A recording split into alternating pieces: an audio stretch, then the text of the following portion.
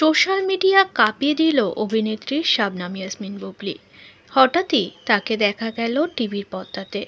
অনেক মাস পর নিজেকে আবারও পর্দার সামনে মেলে ধরেছে অভিনেত্রী শাবনাম ইয়াসমিন বুবলি। একের পর এক ফটোশ্যুটে যেন মন্ত্রমুগ্ধ করছে দর্শকদের। এবার তাকে দেখা গেল বধূ বেশে, অপরূপ সাজে। গোল্ডেন কালার লেহেঙ্গাতে সেজে উঠেছে তিনি। তাকে সাজিয়ে তুলেছে কোরিওগ্রাফার গৌতম সাহা। বেশ কিছুদিন লোকচক্ষুর আড়ালে চলে গিয়েছিল শাবনাম ইয়াসমিন বুবলি। বুবলি ভক্তদের মনে কষ্ট হয়েছিল যে কেন নায়িকা আবারও গা ঢাকা দিল। তবে হঠাৎই তার এমন চমকে যেন সকলেই আনন্দিত। সত্যি খুব সুন্দর লাগছে বুবলিকে। নিজের ফিটনেস বরাবরই ধরে রাখতে পছন্দ করে তিনি।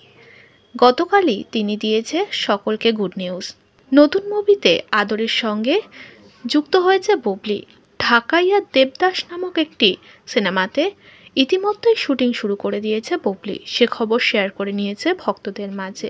তার মধ্যে তো তার আছেই নতুন নতুন ফটোশ্যুট ভিডিও। এই ফটোশ্যুট ভিডিও দেখে তাকে শাকিব খানও প্রশংসা করতে ভোলেনি। শাকিব খান জানিয়েছে, সত্যি অসাধারণ সুন্দর লাগছে বুবলিকে। বুবলি বরাবরই খুব ট্যালেন্টেড এবং খুবই ফিটনেস থাকতে পছন্দ করে এবং ফিটনেস রাখতেও আমাকে পছন্দ করে।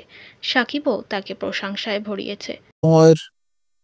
বাংলাদেশের অত্যন্ত জনপ্রিয় এবং অত্যন্ত গুণী একজন শিল্পী, তার বাইরেও অত্যন্ত মানবিক একজন মানুষ।